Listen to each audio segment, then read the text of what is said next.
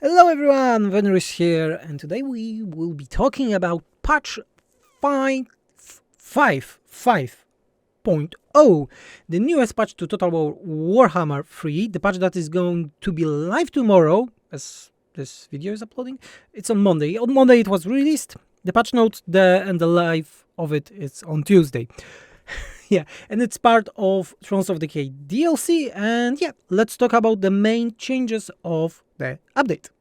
So, first of all, Decay arrives in Total War Warhammer 3, and we will have 3 new legendary lords, yeah, Tamarkan, Elspeth, and also Malachi Mackason. Interesting, we're also getting a free legendary lord again, Epidemius. This is the first legendary lord, the free one for Warhammer 3, and I'm extremely glad that we are getting back to adding those legendary lords as a content, as a free content, because let's be honest, no one remembers the free legendary heroes because they are not as interesting. But yeah, let's go to the changes because there is a lot. I'm not going to talk about the DLC stuff because, you know, we had videos about it and also the DLC is being released tomorrow. I'm really curious about the actual changes for the patch for the game because patch 4.2, so the previous patch that was going with the additions to Shadows of Change, was very good. In terms of changes, it was very massive and it took a lot of time with SFO to update it, way less than with the DLC, but it took some time. And yeah, let's check those stuff. Epidemius, free legendary lord, a very cool addition. Fixes and stability performance. So fixes crash when opening a Vampire Code's ROR pool. Yeah, I hear that people had those problems. Overall, the Vampire Code's Regiments of Renown are having a lot of problems as a panel. Yeah. Temporary freeze when using Ultimate Crisis. Pressing escape while dragging auxiliaries to the character editor's panel no longer freezes. I didn't know it could. This is a soft lock that occurred when AI, Katarina, or I, Constantine won the followers race. Yeah, this is quite common. And also there are some other stuff with problems with confederations. Overall, right now the game is very unstable when the confederation happens. And that's because of a lot of reasons. I hope those things will be addressed. But in terms of fixes, I don't think we need to go through all of them. We have that fixes that the special heroes don't get auxiliaries again, yeah. Action points not updating properly when characters are recruited, conversations, and so on and so on. AI rules and logic addresses issues of AI units moving indecisive when attempting to enter settlements. I heard about it, so it seems that the units overall in terms of sieges know where the gates are and they are going to the gates. I'm quite impressed if it is going to work. Fixed UI exploit that allows banners to be assigned to units that shouldn't be able to equip them. Yes, I also heard about it. Nice that is fixed. Interesting change. Lore of Life is getting new visuals and also audio overhaul. Very, very interesting change. Very good change because in the previous updates we had few lores being updated and the new for the Lore of Life visuals looking very cool. Nurgle Army ability point generation was changed overall, and previously it was that the army abilities were going increasing where units getting damaged. That was not the best. Now it is working when the units getting debuffs. Yeah, that works for the contact effects, passive abilities, and active abilities that have negative effects. That will increase the Plague Bearer's Blessing. Plague Lord's Blessing, very, very, very good change. One of the best really for the Nurgle, but that was his problem. You need to lose the unit to use the army abilities that were not the worst, but the problem was with the generation. Homing projectiles refinement. I won't calculate how many hours we lost by trying to find the bug reports of some abilities not properly shooting. Yes, Sisters of Avalon, I think, was reported way too much, that they never shot properly. And they are addressing it, adding some stuff, so I'm very, very happy. We also have a pursuit behavior change, so while investigating unit pursuit behavior at the start of the Thrones of Decay, We interrogated a limitation where only 35% of the chasing unit was allowed to initiate an attack. We have now removed this limitation, which should make pursuit units more responsive, but also enable units to keep the pressure applied to the target when it has broken. So very cool, because if you remember that when unit was attacking another unit that was running, usually there was very little damage, so always the best was to use the cavalry units because they were charging. Now the limit is removed from what I'm understanding, of course, and you can chase as much as you can and kill the units after the battle ends. I never do this, but I know many people are. We have a new attributes, very interesting also. Very, very, very thematic even. So the Slayer is a new attribute that makes that the unit is immune to reduction of weapon strength. So if your unit have 100 weapon strength, no matter what happens if they have this trait, attribute, it will never be reduced by any abilities during the battles. Very thematic, I like it. Other thing is the directional shield of Predator tanks of Space Marines. So a new attribute that allows us that the units have directional shields, and it means that at the front of the unit, if it has a shield, then missile block chance is the highest, on the sides is 50%, and from the rear is only 10% of the base block. Many people are saying this is a test ground for Warhammer 40k, and it looks that way. Being honest, it really looks that way. Other stuff, we have a ballistic plating. If a unit has a missile block chance, it may now apply an all types of projectile apart from magic missile or spell-based bombardment. Let me read it again. It may now apply to all types of projectiles. Okay, so ballistic plating means that normally shields are working only against normal missiles. Now it will be working against everything. So unit can be totally immune to missiles. Invulnerable and cannot die. Very interesting, because invulnerable was a change in tables. So there was a special bracket that changed the ability behavior, and it was doing that a unit that has this ability is getting invulnerable or cannot die. Yeah, delay death, that's the name code of it. Now it's interesting because it was changed to an attribute. That gives a lot of new options, because some things can add it to the unit or remove it from the unit as an attribute, and it is more visible also with that. We also have a regeneration rate and healing power tooltip changes.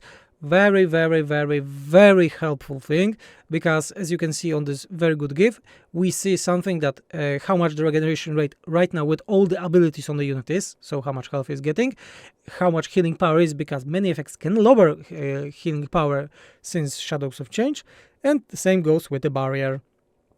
And the delay, how much seconds you need to do. Very good, very, very, very good change. What can I say? We have a lazy health bars also. There's a lot of quality of life changes to the UI stuff, not like the gameplay itself, but good stuff nonetheless. Health bars now also have a lazy effect where you are temporarily able to visualize how much damage a unit has taken recently. It's tricky to make it out of the GIF below, of course, but the idea is quite cool.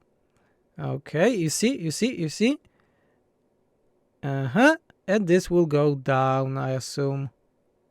Yes, yeah. So in many games, like action games, usually there is like a gray bar, and it goes down after a few seconds, so you know how much health you had before the damage struck you. Separation of passive abilities, unit abilities, and resistances, and unit attributes. Very good change. First change that we did in Warhammer 3 was we made the special frames for all the attributes in the game. So all attributes had a different frame. So when you look on all the passives for the unit, you see, okay, those are attributes. Now they made it in terms of UI. I'm glad about it. Domination mode changes. I don't play, I don't look. Let's see. Boris Rodriguez and Red Duke are mentioned, but they can be just confederate. They can be recruited after confederation. So, and they are like, you don't require DLC to get them if you confederate. Shame they are still not legendary lords, or having at least I don't know, own skills or things like that. They don't have any of those in vanilla. It replaces effects that increased hit points with melee defense instead of certain items and item sets, as hit points cannot be increased via items. What? Replaced effects that increased hit points with melee defense instead on certain items and item sets, as hit points cannot be increased via items. Hit points can be increased by the items. That was possible for ages. Wow, that's such a strange change. I don't know. It was working all. I used it all the time. Well, I will be checking. Interesting change. What happened here? I don't know what happened. Removed melee defense from shield of photos item to better suits right in the description. This one item. One item was reworked. Very interesting. We're not going to go through the abilities because they are just some changes here and there. There was also a great change with the flying units, but I cannot find it right now. Probably somewhere here. It was that the units that can only fly cannot attack towers. Very good change. I really like it. Abilities changes. There are not that many interesting changes. Dance of Despair was quite good in terms of how it was changed because it's removing stuff, attributors from units like Construct, Demonic, Elemental, Undead, and so on. But more or less the abilities besides this one that are really good change, they are quite the same. In terms of factions, almost no changes. Really, in terms of the factions. As I said, 4.2 made way more changes here and there. Bretonia, no changes really. Dark Elves, there was a problem with aristocracy building for the Black Arcs. I agree with that. I had this back several times, so yes. Hargalnef Executioners getting immune to psychology, finally after so many years. And this is really enough for the dwarves. For Dark Elves, sorry. For the dwarves, a lot of changes are going, not only the free DLC, but also mechanical stuff, like with the balance. Archivist follower and the student won't be spamming so much. Those who are giving technology research rate, so you were able to do them way more. And spam them, Replaced fire whistle moving to gyrocopters with cost sphere gained from the interchangeable parts technology. This is the change. Why? Because the gyrocopter brimstone gun are now having a flamethrower, so I assume it will be problem with animation for them to move and fire.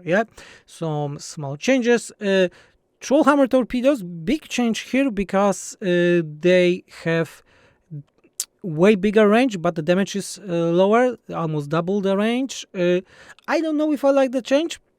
They are also really fast torpedo. We'll check, but I like the fact that they had all the Iron Drakes to have a low range. Gyrocopters and Gyro bombers, way more entities. As I said, they are getting a flamethrowers. Gyro bombers from one we got 4 entities. Flame cannon, I really don't like this change because the flame cannon previously was that it was shooting fireballs, actual fireballs, and now it's just a flamethrower with a lower range. So we shall see. We shall see about that. Wolfheart's Hunters getting their skills updated. Well, they were not updated since the DLC. So Berger also skills. Berger skills updated. Some small changes here and there. Grand Cafe, Gatemaster now correctly got Harmony. First change we did. Some nerfs to the Jade Warriors. I don't know why, because those entities are quite low on health, even in vanilla, and I would not nerf them that much. Greenskin, sadly, no real changes, only MP costs. High Elves, same thing. Corn, same thing. I don't see any. Yeah, there's not real many changes besides some morale increase for the demons. Kislev, again, on Kislevite warriors were nerfed. Kislev's getting nerfs. Kislev is the faction that should not get nerfs. I would say that way. Lizardmen, again, some small changes. Recruitment cost decreases, so overall nerfs. Yeah. Small changes only, small big changes to the Dread Saurians, so the model detection was changed, so more units can be around it, so it's easier to kill them, so it's a nerf again. Norscan Giant and one Mammoths were swapped, so Norscan Giant is tier 3, War Mammoth is tier 4, change that was in the mod for ages. Norscan and Trolls, Ice Trolls were changed a bit, nerfed, I see. Yeah, it's like a small change, so they just move the numbers here and there. Nurgle, we have more stuff because plague attrition was increased. As you know, we have the whole rework of plagues, so also interesting change. Nurgle plagues can now be created on armies at sea.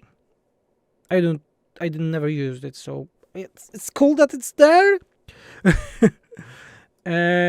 Cycling buildings now give payloads on entry instead of completion. Oh, I get it. So when the building rotates, yeah, you were getting payload when it rotates to the next. Now you're getting it when it starts to rotate. Not a big change, but for the beginning of the game, it will be a bit better. All characters mounting an Nurgle Palanquin, except Kugav getting Hide Forest. Yeah, I think we had this change. Besides that, we have the moral changes. Immune to flanking to Beast of Nurgle. Very cool change. I like it. And Skaven, no changes. Shame, big shame. Slanesh, small changes. I see. Immune to psychology in the Strider, to the cultist, and morale increase. Empire. We have a Jade and Grey Wizard are now granted by default if Warhammer 1 is owned. Yeah, because they were free DLC and they were problematic, and of course it also because they are part of the Balthazar Guild campaign mechanic. Yeah. Added missing region group from Elector Conscript, not getting dilemmas to return regions to Outland. Overall, the Elector Conscript was a mess. It was always a mess. Updated Empire Politics script to no longer have local variables, making it more mod friendly. Oh yeah, as I said, it was a mess. Fix this issue. Wet Elector counts, invasion armies would have an upkick and generated battle rewards that would often pay for their purge cost. Yeah, I didn't know about that. That's interesting that they had this bug. I never found it. Made it so you can no longer dismiss Elector counts invasion battles when opting to help them. Yes, people were doing it quite often because that was also a big way to bug the system from the day one. Updated Beast Slayer quest battle for caravans to spawn new waves as previous waves get low rather than offset timers. We shall see if it does change. Removed increased starting upkeep for stage troop units, but reduced upkeep reduction for Elector count units. Seat owned from 3. Oh, seat owned from 5 to 3. Okay. Oh, upkeep reduction. Yeah, because each seat had Elector count. Elector counts upkeep reductions. Okay, I get it. One prestige upon losing battles. Elector mechanics now crocodile updates. Fine, yeah.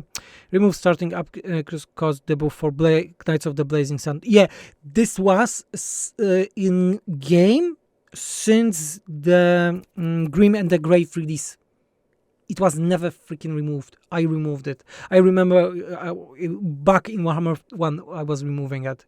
Yes, it was still in vanilla for all those 7 years. Damn it. All castles get better bonuses for the knights. Yeah, we also had this change for ages. Additionally, add a new chapter landmark in Null for the new Knights of the Black Rose, which follows the same format. Cool. More knights orders for the Empire, the better. A General of the Empire missile block chance, so small. Steel River Patrol Aquantic, school change, thematic, extra reload passive, Noble Sons. Oh, again, extra reload. Yes, I wonder what is it. Borderman, buff. The crew and regular no visual use Empire handguns to match their firing animations. Steam tanks. Steam tanks are getting the new attribute that we spoke about, the tank one. Direction shield, and also the models are getting updated because they were very old, because they were not updated since 2016. And yeah, this is a good change overall. Very big buffs to the tanks. Adjusted the strength of hardship and taste of battle Empire with skill to have more focused effects and scopes. Strength of hardship is now a defensive skill for melee infantry. Taste of battle is now an offensive cavalry skill. Okay. Tomb Kings. Fixed that issue where some Tomb Kings regiment had less readership than their regular unit counterparts. And besides that, that's all, sadly. Zinj, no changes. Yes, Zinj and Kislev are really crying seeing those free additions for Nurgle, Empire, and Dwarves. Yeah, they are crying. Vampire counts, no changes. Vampire counts, even less. Warriors of Chaos, the Boon of Chaos, Unbreakable, no increases the barrier stat rather than melee defense for the Chaos Lord and Exalted Hero of Zinj. I would like the more barrier, being honest. Added MP units, Baltros and Rot Knights, because those are from the DLC. Wood Elves. Orion's having 360 Fire Arc. Wood Elf Technology Kadai is getting fixed. The Bow of Lauren can now be equipped by Glade Captain and the Sister of Twilight.